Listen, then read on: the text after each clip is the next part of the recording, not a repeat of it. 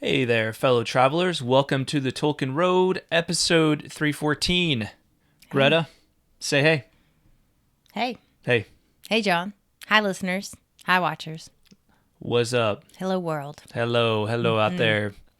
In this episode, we will be discussing Akallabêth, the millennia-spanning account of the downfall of Numenor.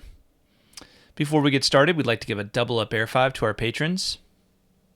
3, 2, 1... Whoopsht. Nice. That was a good one. Special thanks to this episode's executive producers, John R., Kaitlyn of Tea with Tolkien, Jacob Lockham, John H., Scotchy Bobo, and Eru27. Ooh, welcome, Eru27. Yes. They were actually on the last episode, were new, but I was the only one that was on that episode. So, yeah. Well, new to me then. Yeah, new to you. Yeah. Absolutely. Well, welcome, and thank you to all of our supporters. Absolutely. Yeah. Become a patron by visiting patreon.com/Tolkien Road. Your financial support helps the Tolkien Road to keep on evering on and lends you some cool perks along the way. Learn more at patreon.com/Tolkien Road. YouTube, hit that like button. Don't forget to subscribe and let us know what's on your mind in the comments below. All right. Well, like I said, we've got like almost 3.5 millennia to talk about here, so we better get started. We better just jump right into this one. Yeah, I think so. So, our quote of the week comes from the Waldman letter, which is letter 131, and remember, this is the preface to, either preface or forward to the Silmarillion. All right, here's the quote. The downfall is partly the result of an inner weakness in men, consequent, if you will, upon the first fall, repented but not finally healed. Reward on earth is more dangerous for men than punishment. The fall is achieved by the cunning of Sauron in exploiting this weakness. Its central theme is, inevitably, I think, in a story of men, a ban or prohibition.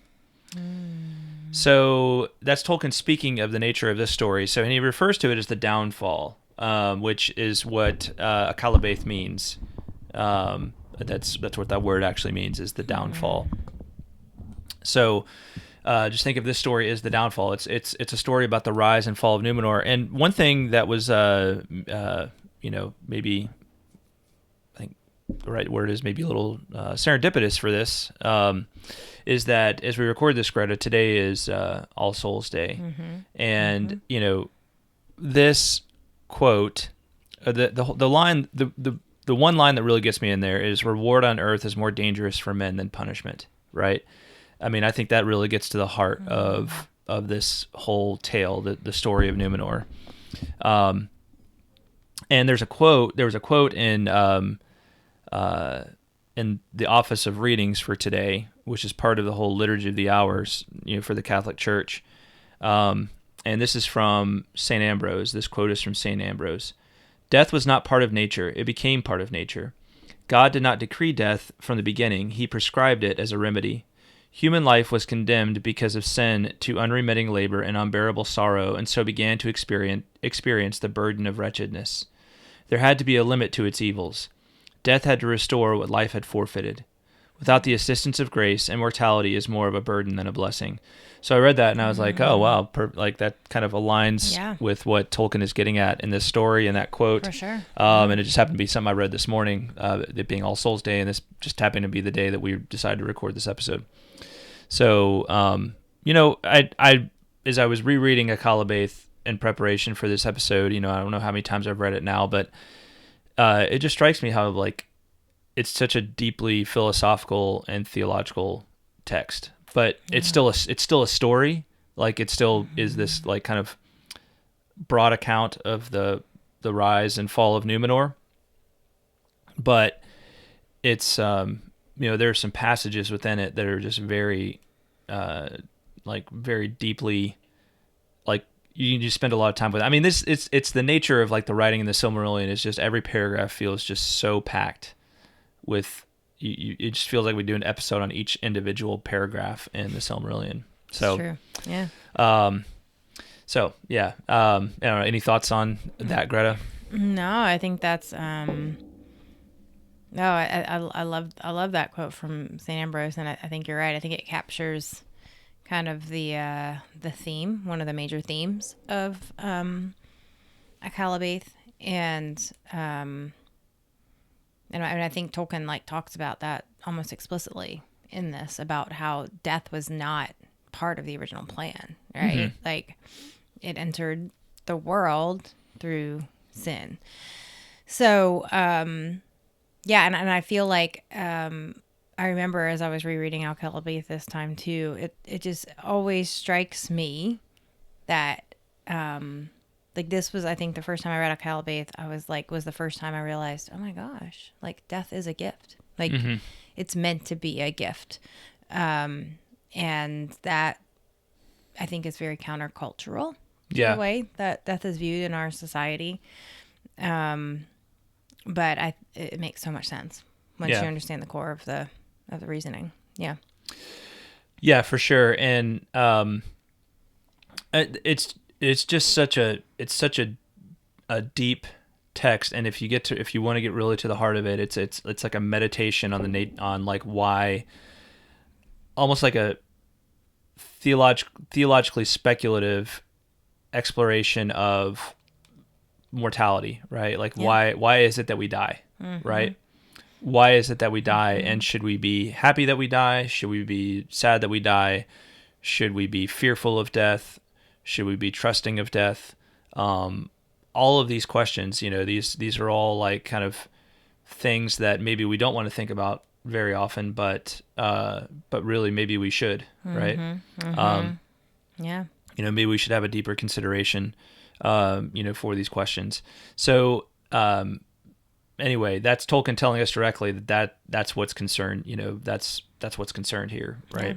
Yeah. For all of the other aspects of it, and one thing I will say this: very soon here, hopefully before the end of this year, we are going to finally cover Athrabeth Finrada Andreth, which is, and I want to do it very soon because we're about to wrap up our discussion of the Silmarillion. We have, after this episode, we'll have of the Rings of Power in the Third Age, and then that's it in terms of the text of the Silmarillion. But what's really interesting is that there is another text, this Athrabeth, which is found in the History of Middle-earth, Volume 10, I believe.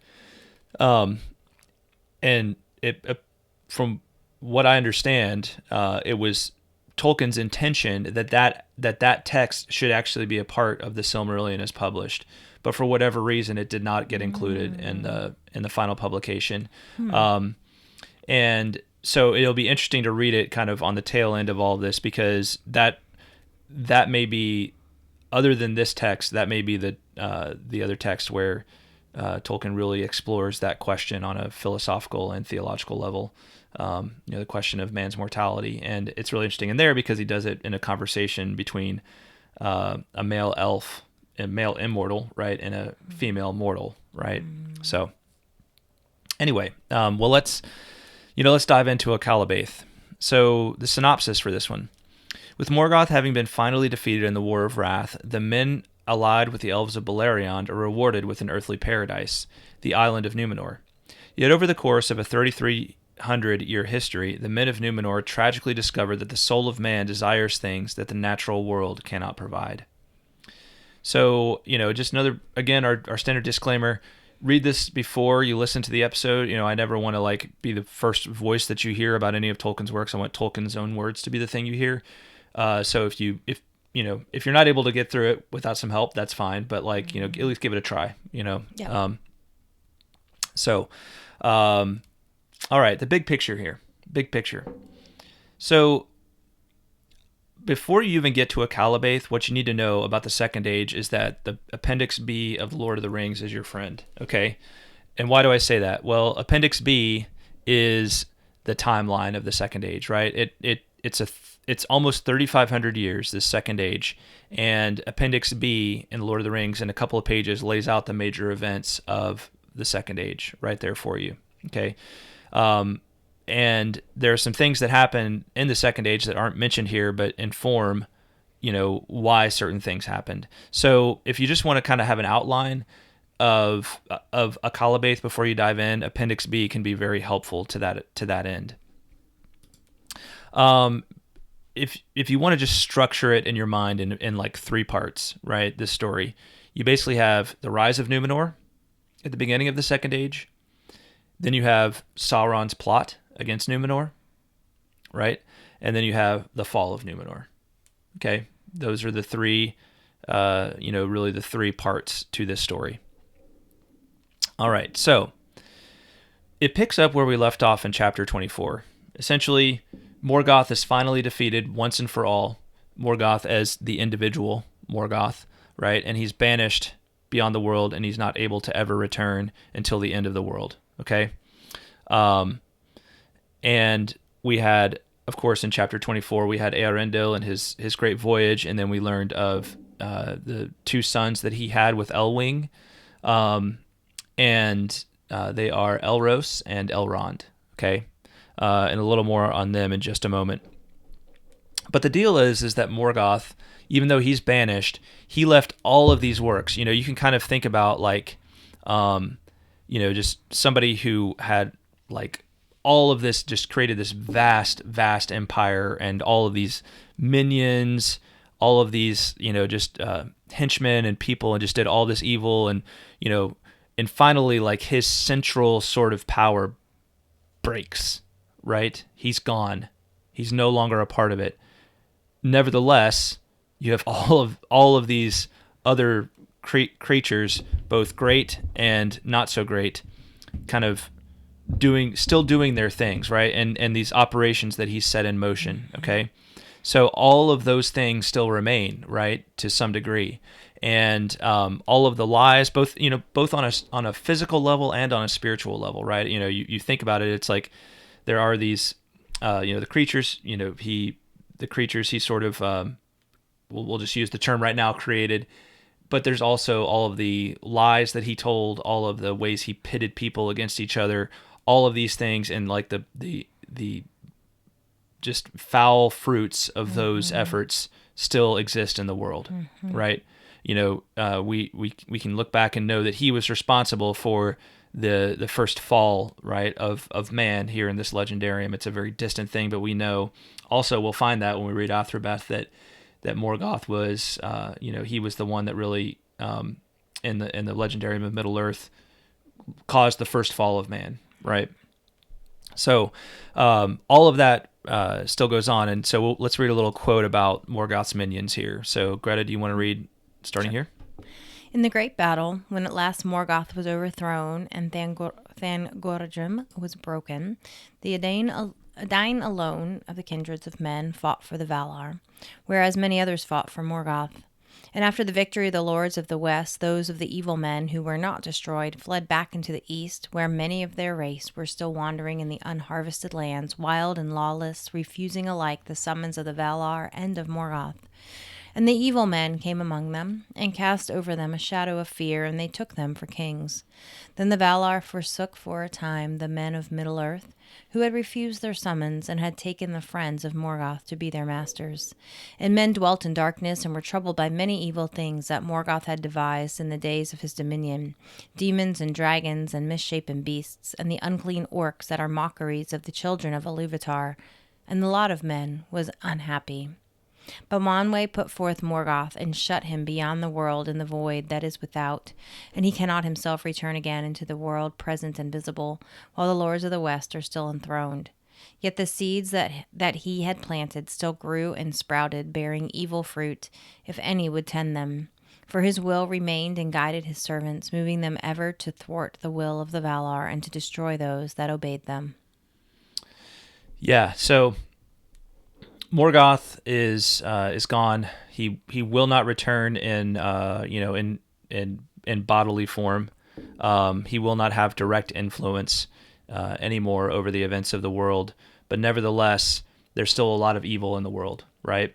And really, you can kind of think about it in these terms. There was a very small group of men, the Edain, right, who became friends with the elves, and they helped the elves and then eventually the forces of Valinor overthrow Morgoth. But the vast majority of men, right, the vast majority of men that populate the entire world are still like in this existential darkness, right? They're still, they still are kind of under the sway, under the influence of more gothic things, right? Maybe they're slaves to them, but they are nevertheless, like, they're not, for the most part, probably not even aware that there are beneficent, right? That there are benevolent forces that may want to help them, right, in the world, that actually want their good, right? But back to the Edain, right? The small group, the three faithful houses of men, right, who we learned about in the body of the Silmarillion, the Quinta Silmarillion. They're given a reward, right? They're given a reward, and their descendants are given this reward, and it is this land of Númenor, this island kingdom that is, if you want to put it this way, halfway between Middle Earth and Valinor, the Blessed Realm. Okay, so I'll read this passage about Númenor. To the fathers of men, the three faithful houses, rich reward also was given. Eonwe came among them and taught them, and they were given wisdom and power and life more enduring than any others of mortal race have possessed. A land was made for the Edain to dwell in, neither part of Middle Earth nor of Valinor, for it was sundered from either by a wide sea. Yet it was nearer to Valinor. It was raised by Ausse out of the depths of the great water, and it was established by Aule and enriched by Yavanna. And the Eldar brought thither flowers and fountains out of Tol Eressëa. That land the Valar called Ondor, the land of gift, and the star of Elendil shone bright in the west as a token that all was made ready, and as a guide over the sea. And men marveled to see that silver flame in the paths of the sun. Then the Edain set sail upon the deep waters, following the star. And the Valar laid a peace upon the sea for many days, and sent sunlight and a sailing wind, so that the waters glittered before the eyes of the Edain like rippling glass, and the foam flew like snow before the stems of their ships. But so bright was Rothanzil that even at morning men could see it glimmering in the west, and in the cloudless night it shone alone, for no other star could stand beside it. And setting their course towards it, the Edain came at last over leagues of sea, and saw afar the land that was prepared for them, Ondor, the land of gift, shimmering in a golden haze. Then they went up out of the sea and found a country fair and fruitful, and they were glad. And they called that land Elena, which is starwards, but also Anadune, which is westernest, Numenore in the High Eldarin tongue. This was the beginning of that people that in the Grey Elven speech are called the Dunedain, the Númenorians, kings among men. So when you read that term, Dunedain, is referred to Aragorn in Lord of the Rings. That's what it's referring to, right? This heritage of Numenor, of which he comes much later in the future. Yeah. So Numenor sounds like a pretty nice place, huh, Greta? Sounds pretty fantastic. Qualifies as I want to go to there. Yes, absolutely. So think about it like this is as close to paradise on earth as men can get, right? Mm-hmm. This is it is that earthly paradise, which many of us might imagine, right? Yeah. Okay, let's read a little bit more about Elrond, Elros, and the Dunedain. So just a little more about them. We know that Elrond chose. They were given a choice, right? So Elendil and Elwing were given a choice, and then their sons were given a choice. Do you want your fate allotted with the immortals or your fate allotted with the mortals, right? Elrond chooses immortality, right? He's the half-elven, chooses immortality. Elros chooses mortality, right? He chooses to be allotted, have his fate allotted with men. However, we learn that because of their heritage, that through Elros, right, through his line, there comes into into this particular group of men, not only the blood of elves, but the blood of the Maiar as well, right? Because you go back a couple of generations in the family tree, and Melian, right, is one of their foremothers, right? And Luthien, right? Well, Luthien would have been the daughter of right. Melian, but Melian is the Maiar right. part of that, right? Yeah. So. Oh yes. Yeah. So through that, so this royal house of Númenor, right? The royal house of Númenor, descended from Elros, has within it elvish blood and also the blood of the Maiar, right? So something, whatever that actually means, right? Because what would it mean to have the blood of the goddess, right? If you think of like a goddess being this spiritual being, well, Melion for a time had a body, right? Even if that wasn't part of, her essential nature, if you will. Okay. So, and then we also learn about, that even though they lived in this paradise, right? The people of Numenor lived in this paradise. Let me mention one other thing. One other thing is because of that descent, there is, and partly as a gift as well, there is a longer lifespan given to Numenorians, right? You can kind of think of it roughly as like the average Numenorian probably lived about 2 to 3 times as long as the average man. And then the royal house of the Numenorians lived even longer. Okay. Mm-hmm. So you're talking like getting up into like 400, 500 years in some cases. Right. So, unnaturally long life was given them. Right. Mm-hmm. You might think to yourself, sweet deal, right? And actually, if you want to understand how that worked in more detail, you can read The Nature of Middle Earth, where Tolkien really goes into a lot of detail about how exactly that might work. And it's not just like, you live a normal 70 years and then you're old until you're 400. It's like you're actually like the span of, think about like if the span of your life and each sort of stage of your life was given proportionally longer periods of time. So you're like almost a child for a longer period of time. You're in the prime of like the prime of your life for a much longer period, and so on and so on. And then even at death, it was like, not as maybe not as fearful, right? So just important to note that the Numenorians do live much longer than the average man. Okay, so pretty sweet deal, all in all, for the Numenorians, I'd say. Right? Yeah. Yeah. I mean, yeah, island paradise, longer than normal life. Yeah. Yeah. Sounds pretty good to me. I mean, yeah, I'll take it. Yeah. I'll take it. Thanks, Dad. Appreciate all you did. Yep. Right? Yep. All right. So, so with all of this going on, though, there still is within the heart of man this desire for deathlessness, right? To be free from death. And why wouldn't there be? Because they look at the elves and there's like, why do those guys get to live forever?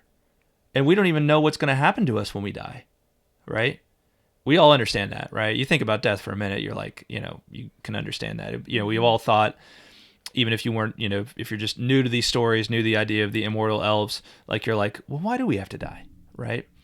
And think about if you had the elves, but like around the elves and knew of the elves, and here's like, well, we look pretty much the same. Like, why do they get to live forever and we have to die? And furthermore, like, we don't even know what happens when we die, right? Yeah, I was thinking too that, I mean, this like Numenor, it sounds amazing, right? And like a really, like it sounds overall like a good deal. But I almost, like, the other part of me is thinking, like, it's almost a little tease. It's like almost there, right? Yeah. Like, we almost are in Valinor, but we're not. We're almost like the elves, but we're not. And in that, I feel like it's not really surprising that this content could be sown, because like what's up here, right? And then you're like right here. So it's like, like it's I'm not saying this was the Valar's intention in any way, shape, or form, but I can see where it would almost be harder in a sense to be living like this, and to be living like, to be aware of basically what you're missing out on. Yeah. Right. Yeah.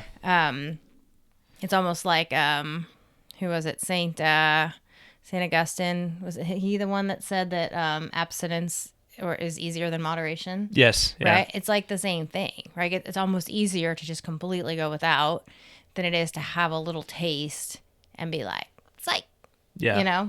Yeah. So That's all for you. yeah. Yeah. Exactly. Well, I mean, going back to it, right? What Tolkien said, right? Reward on earth is more dangerous for men than punishment, Yeah. right? Yeah. It's Same idea. it's like, does it ever? Would you really get to the end of your life after a 5 time longer lifespan? So think about it. Your average, let's just say average lifespan is 80 these days, right? You live to be 400 instead. Would you really be getting to 350, 360 and not thinking to yourself like that went by quickly, right? Right? Yeah. I mean, because time passes at the same speed, right? Yeah. I mean, yeah. yeah.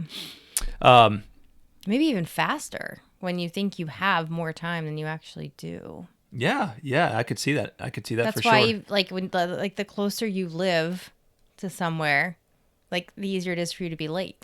Yeah. Because you don't have to plan ahead. Well, Or you don't think you have to plan ahead.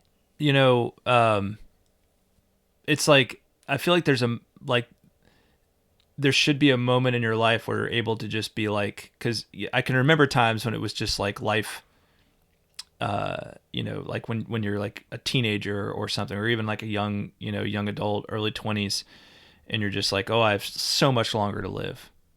And then at some point it flips and you're like, oh, like kind of starting to gently knock on heaven's door, but there's no moment in there where it's like you're just living in the moment, right? And you're like, you're not like, oh, I have forever, like it's like there isn't like there's no warning bells that go off and say like, or notifications that go off and say like, you are now here in the prime of your life and you need to enjoy it to the maximum extent possible, right? Yeah, it's like you don't even realize you're in the prime of your life until you're past it. Yep. And you're like, oh man, Yeah. I wish I enjoyed that more.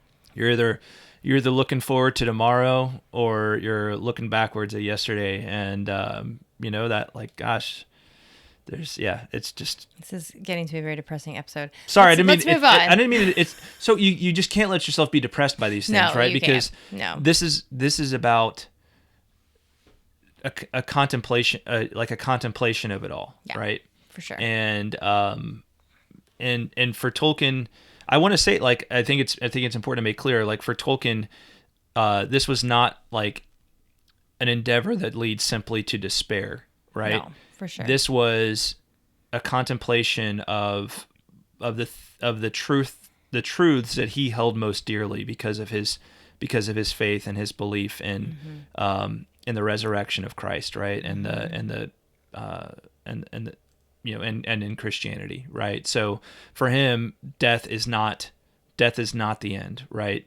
But he's considering the plight of ancient men who did not have the light of Christ, right? And so, like, in terms of, and when I say the light of Christ, what I mean is the light of like the hope of resurrection, right? That death is not the end of the story, right? Okay, so Thank heaven. yeah, Because that truly would be depressing. yeah. I mean, it would be tough, right? Okay, so, well, continuing on this, the Valar get wind of, like, this wrestling within the Númenóreans. So you kind of move forward some into the history of Númenor, and things are still kind of hunky dory in Númenor, but they're starting to kind of like wonder, like, and maybe grumble a little bit, like, well, why do the elves get to live forever and we don't? Right? It's basically what you were saying, right? Yeah, you give us a longer life, but even still, it's just like this little taste of bliss, and then we're gone, right? Why can't we have what they have, right? And so the Valar actually kind of begin this conversation with the people of Númenor, right? And we don't really, like, this is cast as basically a conversation between emissaries from Valinor and the king at that point of Numenor, right? So let's read a little bit of this dialogue here. So let's see, how long is this? Okay, Greta, why don't you start reading, and maybe I'll pick up halfway through. Okay. The doom of the world, they said, one alone can change, who made it. And were you so to voyage that, escaping all deceits and snares, you came indeed to Aman, the blessed realm, little would it profit you. For it is not the land of Manwë that makes its people deathless, but the deathless that dwell therein have hallowed the land. And there you would but wither and grow weary the sooner, as moths in a light too strong and steadfast. But the king said, And does not Elendil, my forefather, live? Or is he not in the land of Aman? To which they answered, You know that he has a fate apart, and was adjudged to the firstborn who die not. Yet this also is his doom, that he can never return again to mortal lands. Whereas you and your people are not of the firstborn, but are mortal men, as Iluvatar made you. Yet it seems that you desire now to have the good of both kindreds, to sail to Valinor when you will, and to return when you please to your homes. That cannot be, nor can the Valar take away the gifts of Iluvatar. The Eldar, you say, are unpunished, and even those who rebelled do not die. Yet that is to them neither reward nor punishment, but the fulfillment of their being. They cannot escape, and are bound to this world, never to leave it so long as it lasts, for its life is theirs. And you are punished for the rebellion of men, you say, in which you had small part, and so it is that you die. But that was not at first appointed for a punishment. Thus you escape, and leave the world, and are not bound to it in hope or in weariness. Which of us, therefore, should envy the others? All right, we'll go ahead and pause there. I mean, there's quite a lot more to this conversation, and it's again, this is just one of those where it's like I feel like I could do a whole episode on this conversation alone. Mm-hmm. But one thing I want to highlight here is that these emissaries from the Valar. Really, what's at issue here is the Númenorian kings are like, why can't we go to the Blessed Realm? Why we're right here? We can almost see it, right? Why can't we go there and enjoy the deathlessness of that land? And they're like, well, it's actually not the land that makes you deathless. It's the people that live here that are deathless, right? And in this world they create, but it's like the light of this place might be so overwhelming to you that it's like you die sooner if you came here, right? Mm-hmm. So it's a perilous place. It actually is a perilous place for you as a mortal. Mm-hmm. But there's a catch. Even for elves, there's a catch, right? Yes, they are immortal, right? But they're forever tied to this world. And that's the whole thing of like elves fading, right? We see the elves, especially in the story in the Lord of the Rings, that they seem to kind of like they seem to be growing like weary of this world, but there's no escape for them from this world, right? There's no like final escape for them from this world. In fact, in kind of Tolkien's mind, if you carry forward history all the way into our period of time, right, many ages later, right, past the Third Age, the elves, aka the fairies, right, they are like they're just kind of these wisps. They've just faded, right, and they're just kind of these like disembodied spirits that just kind of inhabit the world around us, right? It's almost like they've lost agency, but they're still tied to this world. Okay. So it's not actually, we're starting to get the picture of like, okay, I can maybe start to see in this case how death is a gift for men, right? That it's a release from this world, right? That it isn't, that we're not bound to that same fate of just growing utterly weary. Like, Greta, I'll liken this to something you'll probably chuckle at. Recently, and I don't know whether it's just getting older or not getting enough sleep at night, but like we'll be getting to like 9:30 at night or something like that, and I'll like want to, you and the kids want to stay up longer, and I'm just like, all right, I'm fading. Like I cannot. It's like I'm just cannot go any longer. I'd love to stay up with you guys, but I'm fading, and I feel like in kind of like. That's like a little physical picture of what this would feel like for the elves, right? On like a spiritual, existential level, right? It's like I really want to go to sleep right now. I am just tired, and I do not enjoy. Like even if we're watching something that I enjoy, I'm so tired and just like fading. Like I can't even enjoy it. It's kind of painful at that point. I was gonna say, you've told me, you're like, don't you understand? Like this, it's painful. It like, is. There's a reason it's called fighting sleep, right? Because it's a battle. Yeah, and I think that's a little picture of what the elves experience as time carries on in this world. They're forever tied to this world, but it's like they want to go to sleep.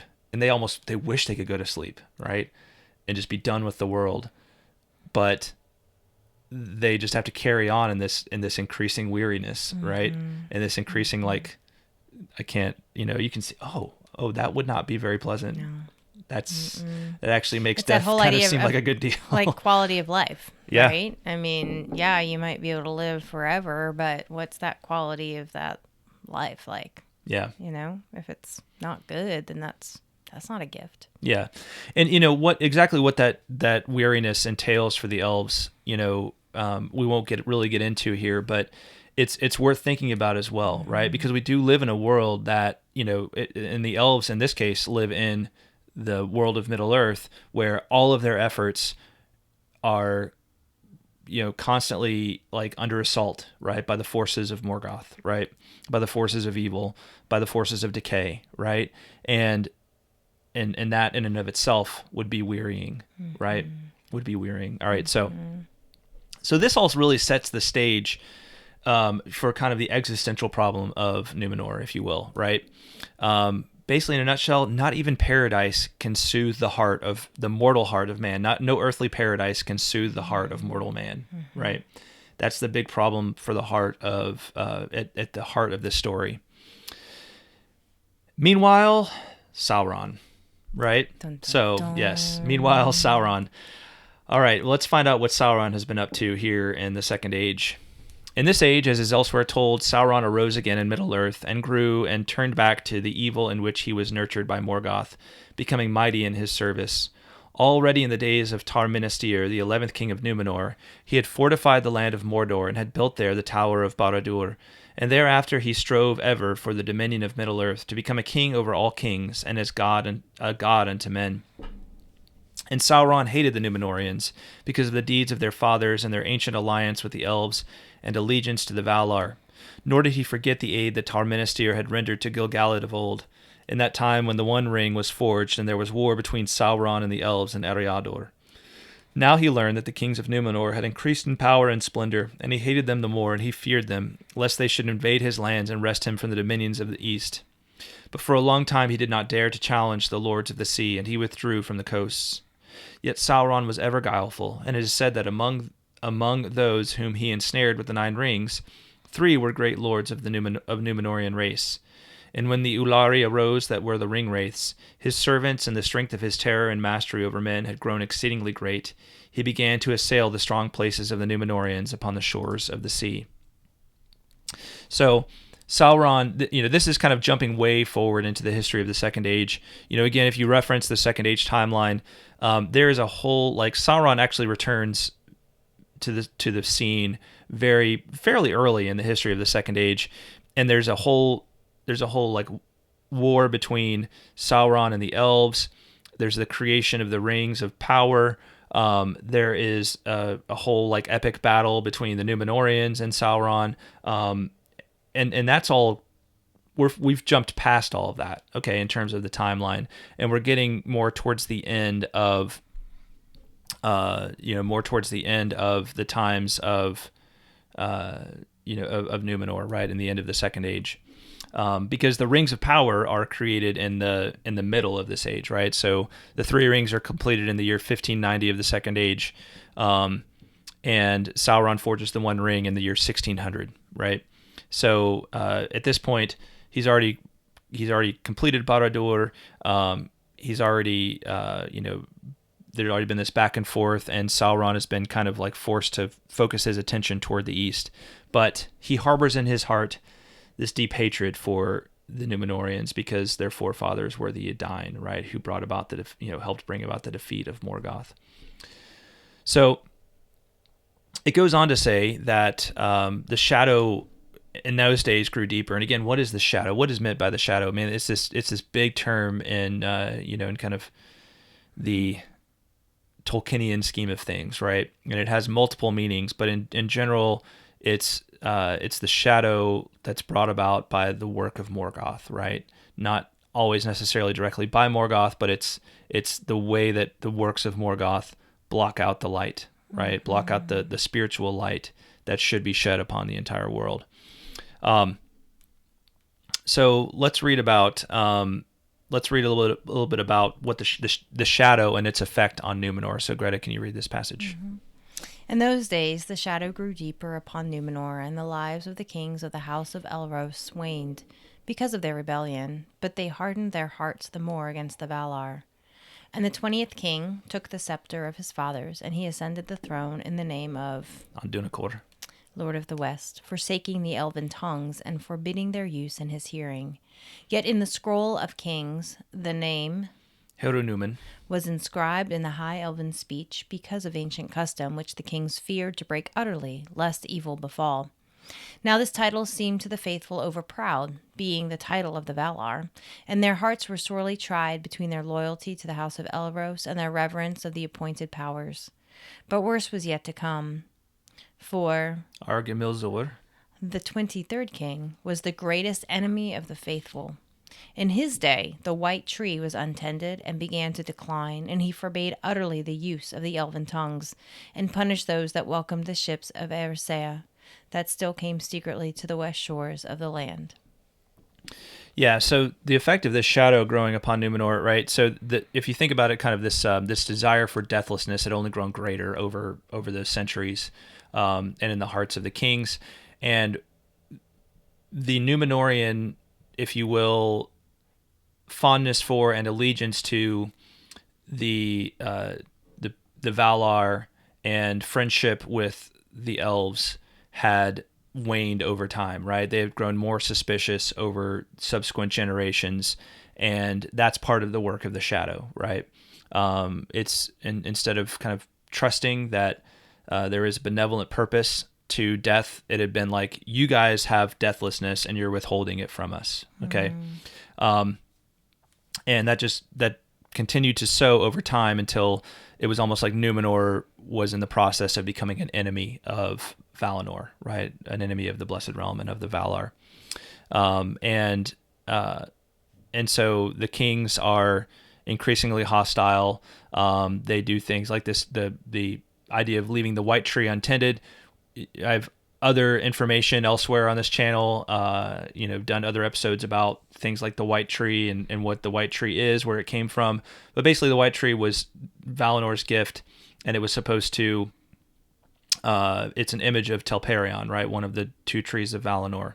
So the white tree is left untended. That's another sign that they're not as concerned about their friendship with the Blessed Realm anymore. So we see that even though it's maybe not an active, forceful rebellion, the spiritual rebellion against Valinor had begun. Mm-hmm. Yeah, and it's the breaking of tradition, really. That's the kind of the catalyst that really starts to move them closer and closer toward the downfall. Mm-hmm. Like the stop, I found it kind of interesting that he refused to take an elven name, right? Mm-hmm. Which was a break of tradition, but they still put the elven name in the book. Yeah. Right? Because they were afraid to just. Yeah. They do it because they're afraid, not for all the right reasons. Exactly. Right? Exactly. Yeah. And then from there it just gets. It's almost like superstition at that point. Yes, exactly. Yeah. That's exactly what it is. Yep. Yeah. And that's such an interesting idea that like what actually was something meaningful and true at one point, mm-hmm. it starts to feel superstitious when the heart of it and the trust is no longer there, right. Like the true meaning. Going through the motions. You're going through the motions of it, and so you look at that and be like, oh, you're just superstitious. Mm-hmm. Well, maybe that action looks superstitious now because it's divorced. Your understanding is divorced from the meaning of it, right? The original meaning of it, right? And that's so often true of things that we attribute to being superstitious, right? That we say are superstitious is yes. A lot of times there was an original purpose for that, right? Mm-hmm. That was full of meaning and significance. I was just thinking, this just popped into my head, and I know I didn't want to get too deep into the whole issue of the white tree and Nimloth. It'll come up here again shortly, but one thing I'll say about it that pops into my mind, and I think there may be something to this.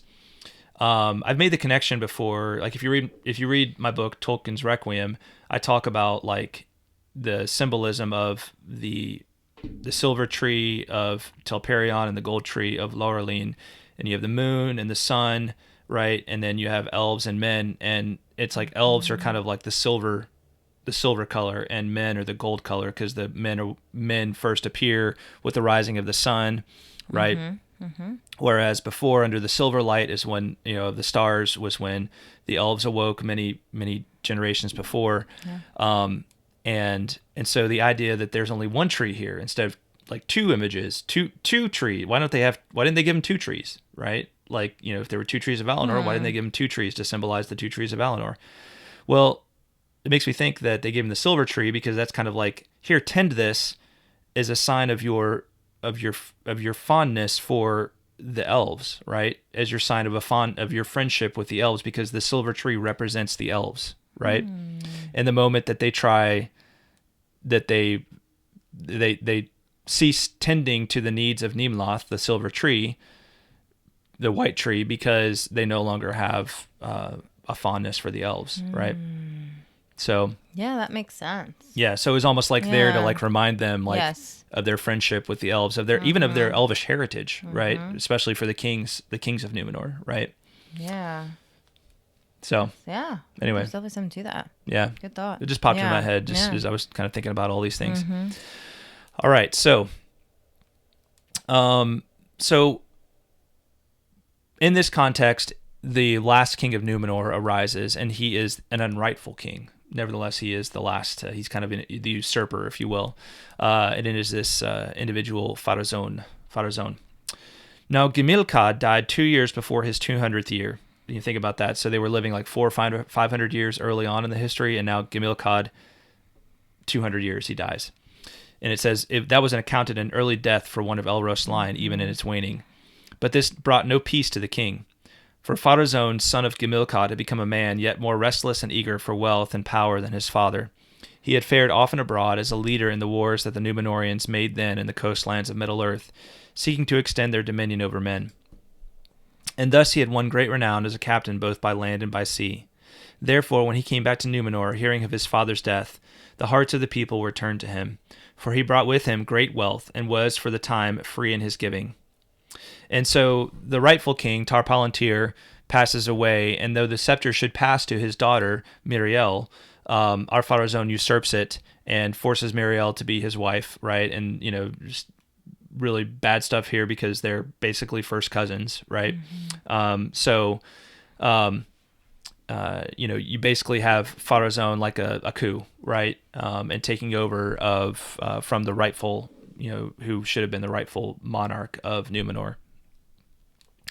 So Pharazôn, bad dude, all right? And what we find is that Pharazôn leads a mighty army to Mordor to challenge Sauron. He hears about all these things that Sauron is doing again here late in the Second Age. He hears about all these things that Sauron's doing, and he's like, okay, I'm going to take the fight to Sauron. So it's not like Númenor here is aligning themselves with Sauron yet, right? And so you're like, oh man, this is going to be like big, Númenorian armies against Sauron's armies, like boom, going to be like massive battle, like War of the Wrath Part 2.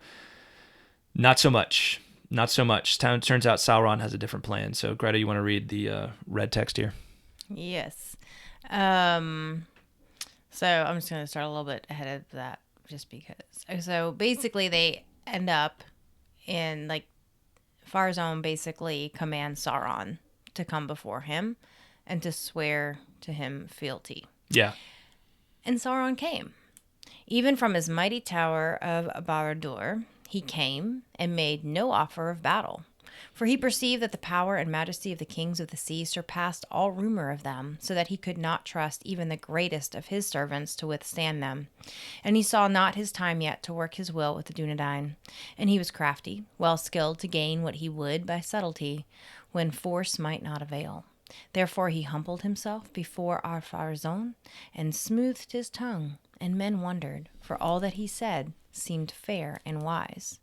But Ar-Pharazôn was not yet deceived, and it came into his mind that, for the better keeping of Sauron and of his oaths of fealty, he should be brought to Númenor, there to dwell as a hostage for himself and all his servants in Middle-earth. To this Sauron assented as one constrained, yet in his secret thought he received it gladly, for it chimed indeed with his desire. And Sauron passed over the sea and looked upon the land of Númenor and on the city of Armanelos in the days of its glory, and he was astounded. But his heart within was filled the more with envy and hate. So Sauron comes to Númenor willingly. He comes as a prisoner, and you think like, okay, well then I guess they beat Sauron. Wow, end of story. Everybody lived happily ever after. But you can probably surmise not so much. Sauron knew exactly what he was doing. And he goes and essentially over time seduces Númenor. And what does he seduce them to? Well, he seduces them to the worship of the Dark Lord of Morgoth, right? So this doesn't mean that Morgoth has returned in bodily form, but you kind of think of like this dark hidden spiritual presence, right? That shadow. He seduced them to the worship of of the darkness. Mm-hmm. So I'm going to read this. I'm going to pick this up. This is just always strikes me so deeply. All right. And Ar-Pharazôn said, he's speaking to Sauron, "Who is the Lord of the darkness?" Then behind locked doors, Sauron spoke to the king, and he lied, saying, "It is he whose name is not now spoken. For the Valar have deceived you concerning him, putting forward the name of Eru, a phantom devised in the folly of their hearts, seeking to enchain men in servitude to themselves. For they are the oracle of this Eru, which speaks only what they will. But he that is their master shall yet prevail, and he will deliver you from this phantom. And his name is Melkor, Lord of all, giver of freedom, and he shall make you stronger than they."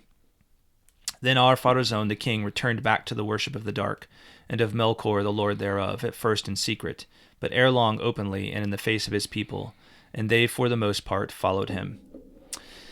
So, I just always like that passage just always hits me very powerfully. You have this picture of Ar-Pharazôn as this, just lordly, imperial, like, almost like Alexander the Great, Julius Caesar kind of figure, right? Just this ancient lord of armies, right? Just capable of conquering anywhere in the world. And he's speaking to Sauron here, and he almost sounds like a child, right? Who is the Lord of Darkness, right? Who is the Lord of the Darkness, right? And again, like, you may remember when we were talking about the Rings of Power, and I expressed a lot of disappointment with the way they characterized Ar-Pharazôn. Nothing against the actor, but like just the writing. And I just think like I hear this person. I read this character in Tolkien's works, and I think Ar-Pharazôn is this. He is this powerful person who is overflowing with existential despair, right? He wants to beat death, right? And he is willing to do, and he's willing to take an answer from anybody that will promise him that he can do it, right? And I hear this like he's like a little kid when he realizes that Sauron might have the answer, right? And it's almost pathetic, right? Like pathetic and terrifying at the same time, right? Because of what he might be willing to do, right?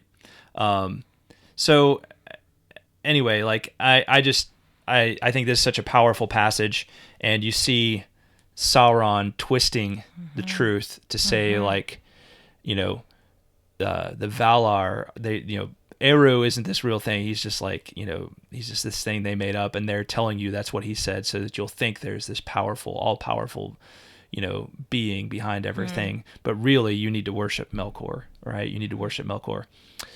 And what does the worship of Melkor entail? How about a little human sacrifice? Sound good? Yeah. So that's what they ultimately return to here. Yeah. We get the White Tree destroyed.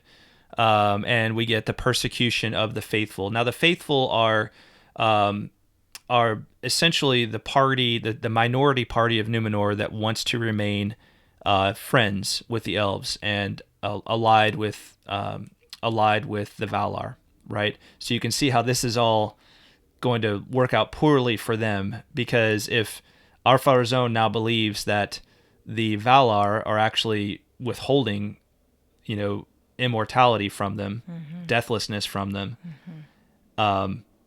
this is going to work out this is not going to work out well for those who want to hold to to the faith of the old ways and of Valinor, right? Yep. So Yeah. So what we have is that Sauron establishes a temple. Now it's important to note that Numenor already had a religious cult that was part of the initial heritage that was given to them, right? Mm-hmm. And it involved the mountain of Middle Tarma, which was in the center of Numenor. Mm-hmm. And on the top of that mountain, the very top of that mountain, there was no temple. They would go there 3 times a year, and the king of Numenor would offer prayers to Iluvatar, right? To Eru, right? But now Sauron constructs a temple, right? He constructs a temple, and in this temple they offer they burn human sacrifices, right? So they sacrifice the faithful, and eventually they start kidnapping men in Middle Earth and bringing them back for human sacrifices as well, right? So it's gone from just initial neglect, right, when they just stopped making their pilgrimages to the Middle Tarma, and now it's it's all the way to just blatant mockery, right? Yep. Just that slippery slope. And murder, I would say, like not too. just mockery, but but murder, right? Yes, sacrilege. Yeah, absolutely.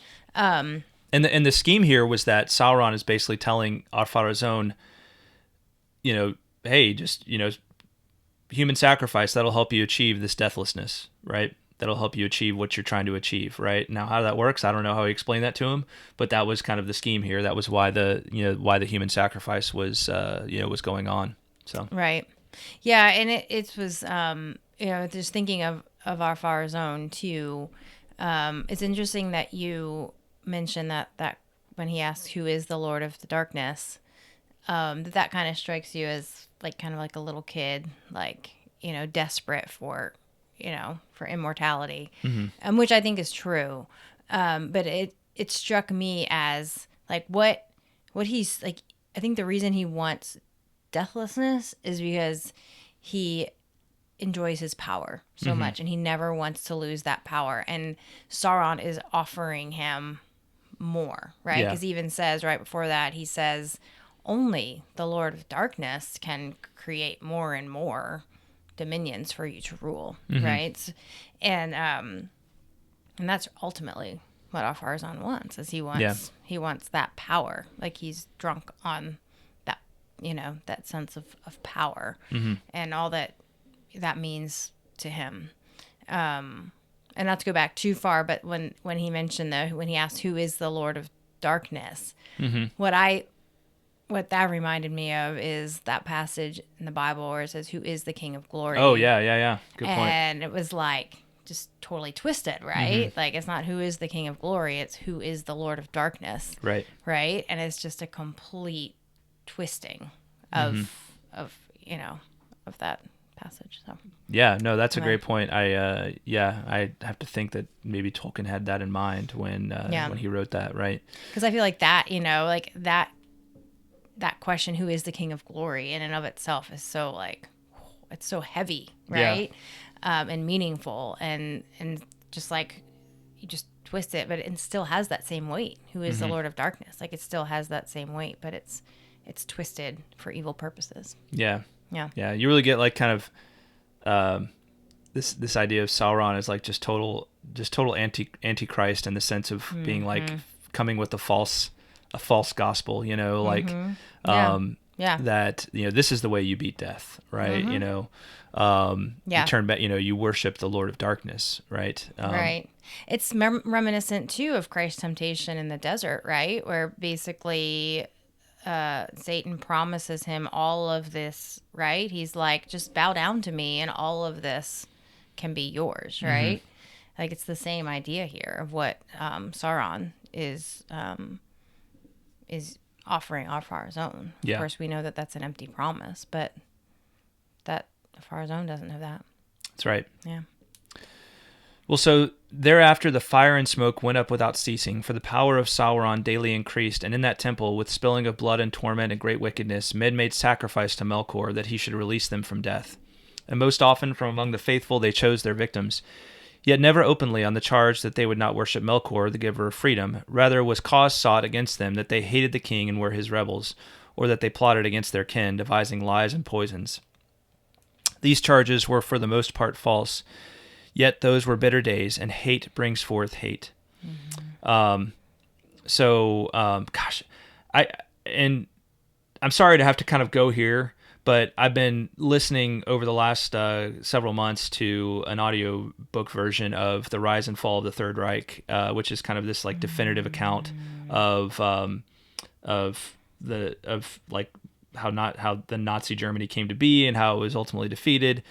And as I read that passage, I just can't help but think that like Tolkien paid attention to all of what was going on before the war, during the war, and then to what the Nuremberg trials, to when all of the stuff was coming out about like all of the things the Nazis had done. I mean, it'll just make your, I mean, you if you're old enough, you've heard enough, but the more you hear about it, you're just like, I can't. It's unfathomable, like the depravity and the evil and all of that was going on. Like, I just can't imagine how human beings could be capable of such things. But they did. They did those things.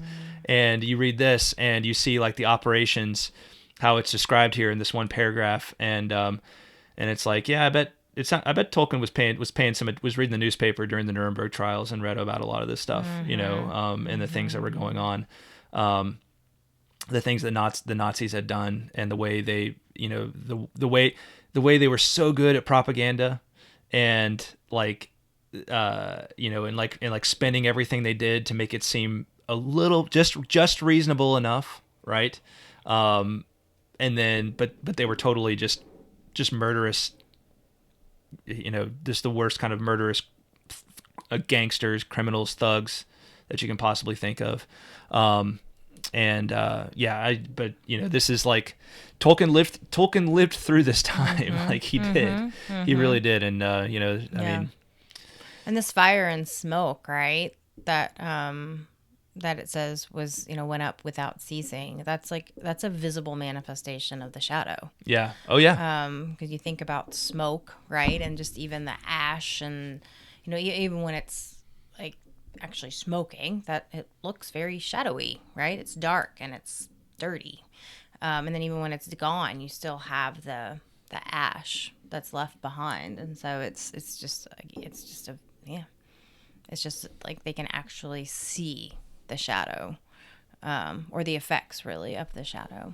Yeah, great point. I like that. That cloud going up, exactly. The smoke going up represents, again, just this visible manifestation of the shadow. So we learned that among the faithful, the leader of the faithful during this time is this man named Amandil.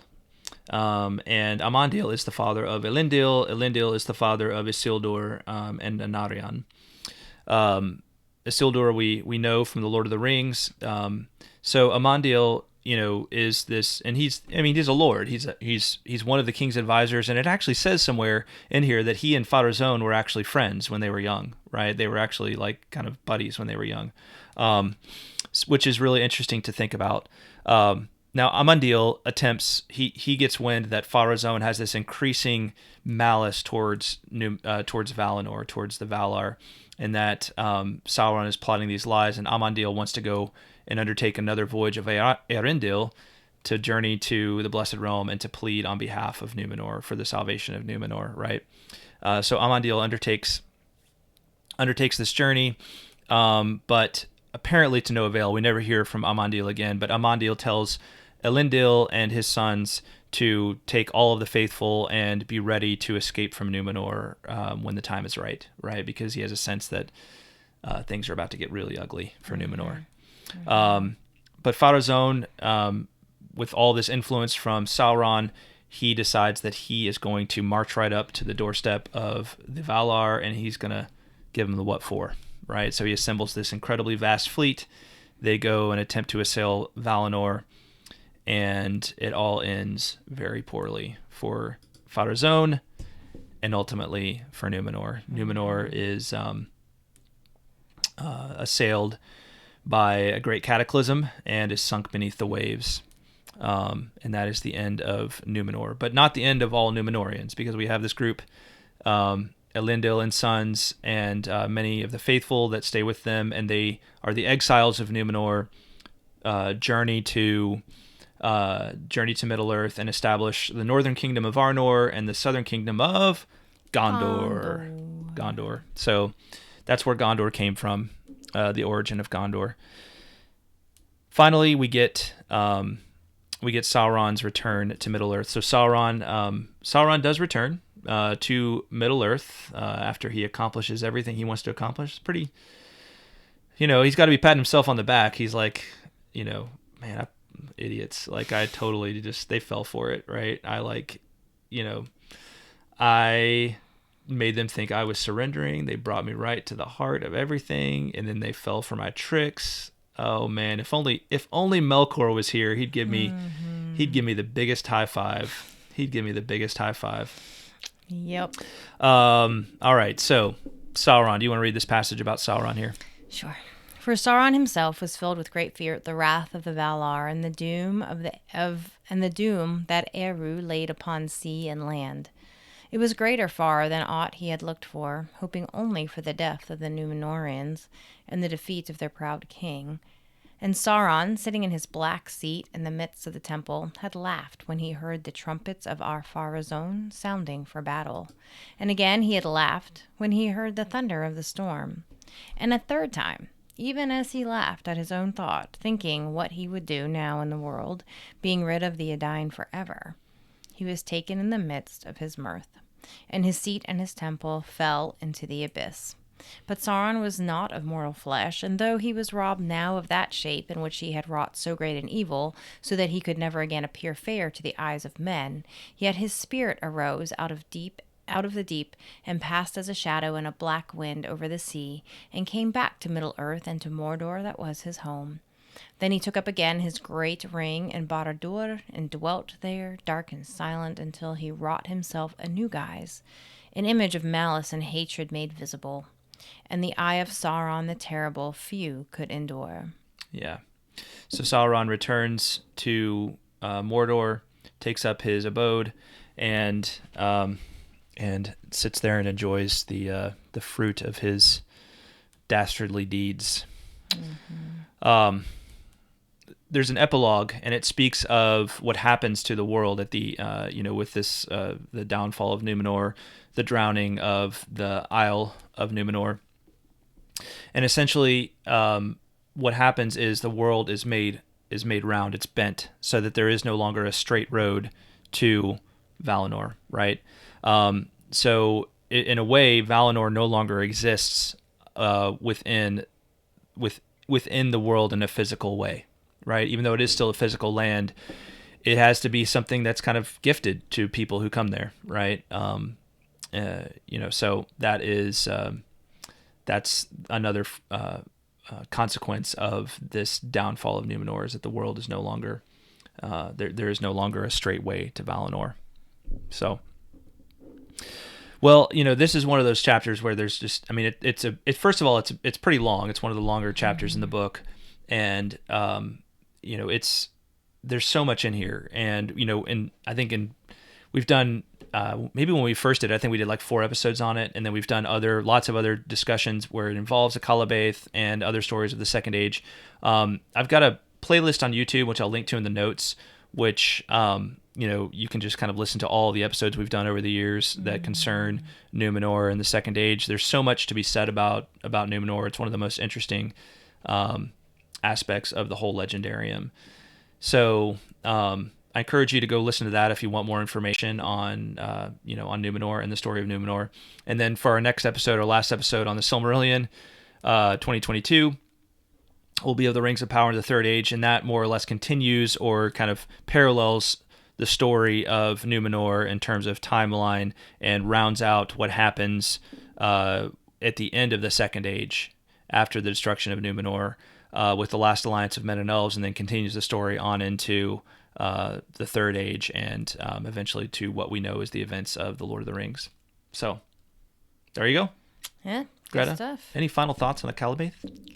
I mean, yeah, there's so much more in here that that we could talk about, but I feel like that's good for now. All right. Yeah. Good. Yeah. All right. Good stuff. So let's do some haiku. Let's do it. All right. Rock, paper, scissors, shoot. Boom. You can go first. All right. Ahem. Almost paradise. We almost see Valinor. Ar-Pharazôn once more. Ooh, that's good. It's really Can should we be. sing it? Yeah, really. Almost paradise. We almost see Valinor. You got to do it again. Almost paradise. Ar-Pharazôn says he wants more. There you go. Yeah, that was good. that was. It's not really the same That with the was haiku, good. but yeah. That was good. I thought about throwing some about Kevin Bacon in there too, but anyway, it's haiku is just so economical. You just don't have you have to be really efficient with your words. You have to be very, very efficient. Yes. Yeah. All right, here's mine. Buried, burned, bent. Lives lost in the resting of undeath from the deathless. Nice. I like that. Very good. Thanks. Yeah. Of course, yours wins because No, I don't think so. Almost Paradise is an amazing song. Well, it is. It is an amazing song, but mine was a little more, tongue in cheek. Yours is actually more befitting, I would say, of the, The vibe. Yeah, the The vibe. overall vibe. I'll take it. Thanks. Yeah. All right. All right. Well, we both did well. I think we can both give ourselves a little pat on the back. I think we here. can. Yes. All right. Good job. Good All job. right. Thank you. Thank you very much. All right. Hey, subscribe, rate, and review us on iTunes or the platform of your choice. If you are a 5-star fan of the Tolkien Road, you can really help us out by heading over to iTunes or your preferred source for the show and dropping us a rating and review. When you do that, it helps get the word out about the Tolkien Road, which helps us to keep on evering on. Drop us a line. You can correspond with us in a number of ways. Check out the show notes to learn more. And we'll do our best to respond to you somehow at some point. We're definitely going to be diving into the mailbag here soon. It's been a while since we've done that. So, yeah, that's on the schedule here coming up very shortly. At least once before the end of the year. All right. Thank you to our amazing patrons, especially the following: John R., Kaitlyn of Tea with Tolkien, Jacob Lockham, John H., Scotchy Bobo, Eru27, Ms. Anonymous, Andrew T., Red Hawk, Shannon S., Brian O., Emilio P., Zeke F., James A., James L., Chris L., Chuck F., Ozzy V., Ish of the Hammer, Teresa C., David of Pints with Jack, Jonathan D., Eric B., Johanna T., Mike M., Robert H., Paul D., Julia, Werty, Matthew W., Joe Bagelman, Chris K., Jacob S., Richard K., Matt R., Garrett P., John W. and Eugene D. All right. Thank you all so much. And a shout out to those celebrating their Patreon anniversary in November of 2022. Michael L. and Matthew F. All right. Thank you, guys. Thanks, y'all. And thank you so much to all of our patrons. And thank you to everybody for watching and or listening. We will talk at you next time. Bye, y'all. Bye-bye.